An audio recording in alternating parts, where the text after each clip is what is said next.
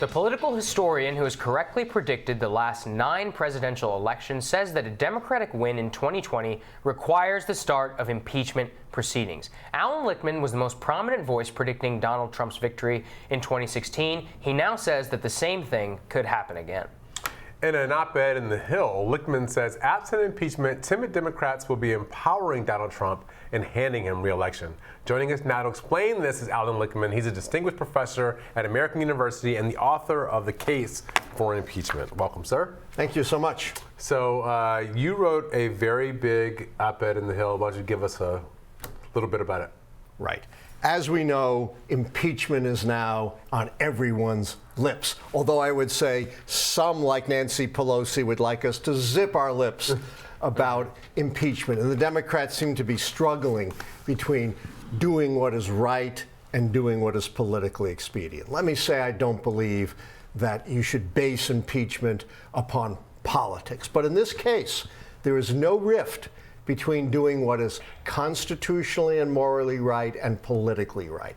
As I wrote in The Hill, the Democrats are in danger of making the same mistake they made in 2016, believing the polls, following the conventional wisdom, and thinking they can cruise to victory against Trump. They were wrong then, and they're wrong now. So what you're saying, Allan, is that they can't beat President Trump on the merits, so that they have to resort to impeachment, to use the use of a constitutional mechanism to trigger for high crimes and misdemeanor against the president in a blatantly political move because they can't win on the merit. That doesn't seem very democratic to me. Absolutely not. Yeah. I'm saying just the opposite. Impeachment is on the merits. The framers put impeachment in the Constitution quite advisedly as a legal, peaceful, constitutional remedy for dealing with a rogue ruler. How did they deal with rogue leaders at the time in the 18th century? Sure. Assassination or revolution. So this is a proper constitutional process. And what I'm saying is, on the merits, Donald Trump deserves or doesn't deserve, or we should have an impeachment inquiry into the many very serious allegations against him. So how do you factor in impeachment versus removal from office, conviction in the Senate? Do you need to have him absolutely removed from office, or is impeachment enough to satisfy your criteria for the extra key of a scandal? Impeachment is enough, and the scandal key is critical because on my system it takes. Explain the scandal keys for us. Yeah. 1 sec. It takes 6 keys to count out the party in power. Right now, Trump is down only 3. Scandal key would turn a 4th key and maybe trigger some other keys like a real challenge to his renomination or a third party. Plus, you could get an economic downturn or a foreign policy disaster. But the scandal key is critical because that's in the control of the Democrats. None of this other stuff is in their control. And it doesn't matter in the end what the Senate does, because everyone forgets there's 3 steps you go through before you ever get to a Senate vote. Number 1, a focused and formal inquiry in the House in which you publicly present the case against the president. Number 2, a vote on the articles of impeachment, which is a formal accusation, not an allegation. You're pointing a finger at Donald Trump and saying— It's like an indictment. It's like an indictment. Constitutionally, we're charging you. Then the thing no one's talking about that I point out in the Hill column, the trial in the Senate, in which prosecutors appointed by the House get to present evidence, bring up documents, cross-examine witnesses, make opening and closing statements. Look, that's all before you get to the Senate vote. These are the kinds of focused public revelations that brought Richard Nixon down, even before the vote on impeachment articles in the Judiciary Committee, from 67% approval to 25% approval, and more than doubled the percentage of those who are interested in impeaching. But then, Allan, how do you account for all of the polls indicating that the American people don't support impeachment, or that they don't look at impeachment as they don't look at it as jiving with the constitutional and electoral process? We are in the midst of an election. Why can't the Democrats and why can't people who are focused on defeating President Trump do it at the ballot box? Because the Constitution mandates that the House has the sole authority for impeachment. And when there are grounds for impeachment, as There certainly are here. Look, the special counsel documented 10 counts of obstruction of justice. He couldn't indict the president. Well, he left it up. But he left it up to Congress. And to the Attorney General. He did not leave it up to the attorney. For the review, right? No, what he said in his presentation. Yes, in his public comments, he said traditionally these things would happen within the Congress, which was seen by many as a nod to what you're talking about here. Exactly. Okay. And that's not the only charge. And he said those cut to the heart of the integrity of the judicial system. Let's not forget he was implicated in 2 serious felonies by the Southern District of New York, things that Michael Cohen went to jail for, for paying off his mistresses and not reporting it. The porn star. Yeah, the porn stars, the alleged mistress, the Could porn star, and porn star and any other administration Playboy having a star. specialist here. And so that's 2. Let's not forget he very likely violated the emoluments clause of the Constitution, which says you can't take anything of value from foreign powers or their entities by not divesting. He has defied brazenly congressional subpoenas. That was one of the articles voted against Richard Nixon.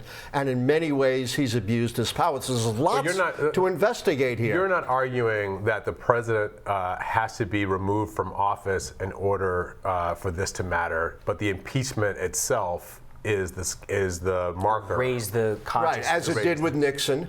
And of course, everyone gets the impeachment of Bill Clinton wrong. But how are the 65 million people who voted for Trump supposed to feel when they see this happening? Don't you think, regardless, you may even be right, I don't necessarily agree with you, but how are they supposed to look at this as nothing else than an effort to remove the sitting president of the United States? Don't you think it would only energize Republican turnout and harden the coalition around that instead of driving a competitor to Trump? That's what they thought about the impeachment of Bill Clinton. Oh my God, there's this big backlash against it. It worked, didn't it? With his approval. It did not work. Everyone gets it wrong. Yeah, Republicans lost a couple of House seats, but they kept control of the House, and what did they win?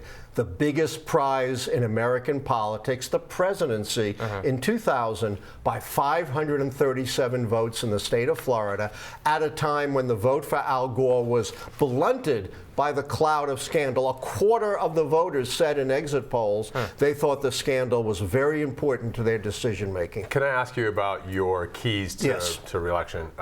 You are predicting that Donald Trump at this point would be reelected. But not really. But I'm not making a prediction. I was going to say, this is not your formal prediction, but you're saying, according to the conditions, there aren't enough to count them out. Yes. So tell us what your position is. Yeah, tell us the methodology. Yeah, the methodology, as I said, is based, and I developed this in 1981, examining every election from 1860 to 1980. So from the horse and buggy days to the modern era. And the basic thesis is that presidential elections have little or nothing to do with campaigns, with ads, with speeches, with issues, with ideology, but a referenda up or down on the strength and performance of the party holding the White House. And almost all the keys gauge that. And they're simple yes, no, true, false questions, like is the economy in recession during the election year? Has the party in power lost seats in the midterm elections? And if 6 or more of these go against the party in power, they lose. And right now, Donald Trump only has 3. Now, a lot is going to happen in the next year and a half, but this scandal key is so critical because it would diminish his cushion, and it's one of those keys that has been a trigger key for other keys. It feels like what you're doing right now is kind of like a mid-semester progress report, more than it is the final final grade. Very smart. I would agree with that. Who are you looking at in the Democratic field? Say the keys could be turned. Who is somebody in the Democratic field who could be able to turn the keys possibly to take President Trump out? Great question. And again, the conventional wisdom is all wrong. The conventional wisdom, and you hear it from Nancy Pelosi and others, is we need to go down the center line, right? Nominate a establishment, experienced, proven candidate. And they've done that many times, right? Mike Dukakis in 1988, Al Gore in 2000, John Kerry, Hillary Clinton. And what do they all have in common? They all lost. And it's the off-the-wall candidates, the Carters, the Clintons, the Obamas, who no one expected who's won. So what I've been saying is, if there's one word I would strike out of the English language, at least the political lexicon, it's electability. So let me just ask you this. So a lot of people believe that we are now in an era that defies historical trends. We've got somebody sitting in the White House who nobody would have predicted to be there. Who would be, except for you. You are correct. You're the only person who did, and is behaving in a way that no previous president that we know That of I agree with. has ever behaved. So, does history still count when we make this kind of judgment about what's coming at us? Well, it's a great question. You know, history does fundamentally change, but the key system is very robust.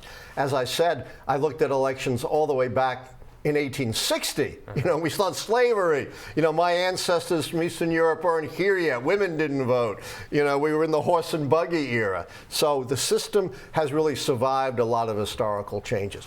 Is it infallible forever? Who knows? But you know, I've been told many times, oh, it can't work in 2008 because we have an African American candidate. That changes everything. Can't work in 2016 because we have a woman candidate, and that changes everything. And I remain steadfast. Until I'm proven wrong, I'm going to say the system works. Yeah. What is the key thing? What is the key facet that within your model that Americans should focus on when they're looking at 2020, on who's going to win and who isn't going to win?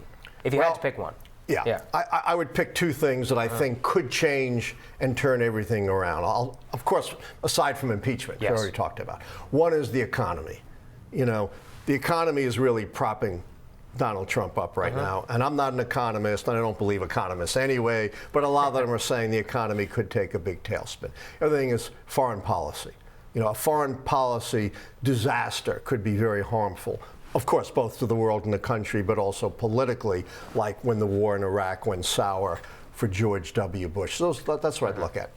Well, thank you, Allan. Appreciate it. Thank you, young men. We're gonna keep watching this because we've got big questions coming up in 2020, and a lot of people are spending a lot of money running for president, and it might not matter because the Lichtman's keys will say what's going to happen. That's right. All right, here we go. Thanks a lot. We've got a little more Rising coming up after this.